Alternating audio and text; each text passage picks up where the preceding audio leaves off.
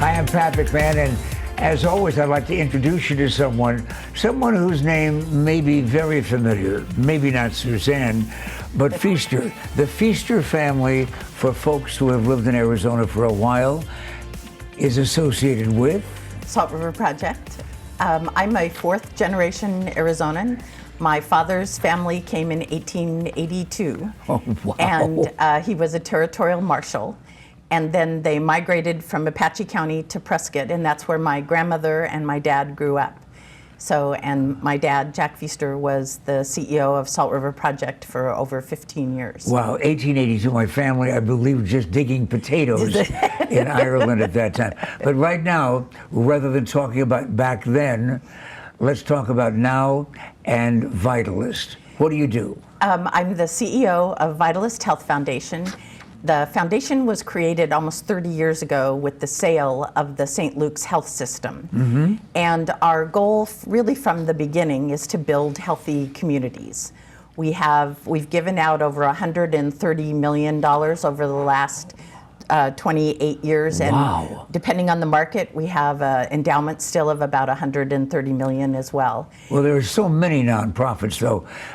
Give us an example of some of those that you help.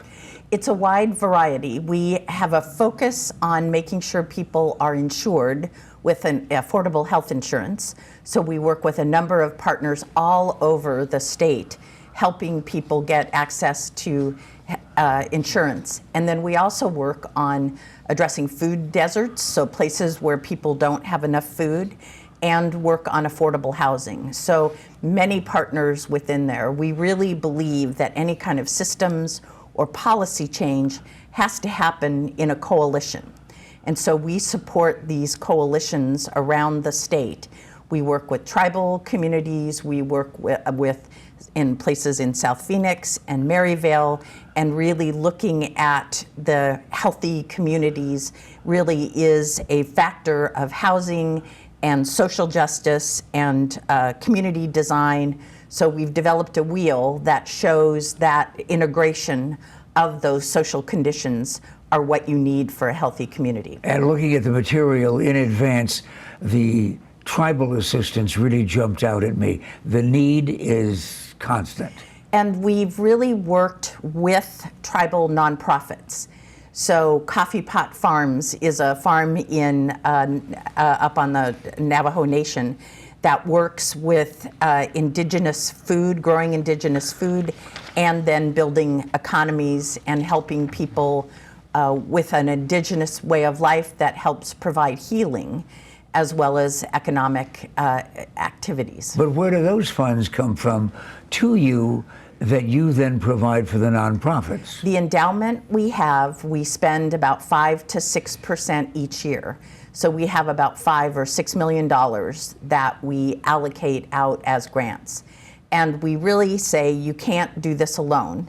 So we typically fund groups of organizations that have come together to make policy or systems change rather than one organization. We do some technical assistance for individual organizations, but we're looking at that group and the coalition to make a difference. Channel 7 audience is remarkably giving and generous, so they're going to probably want to know right now, how can they help? They do not need to give to us because we have the endowment.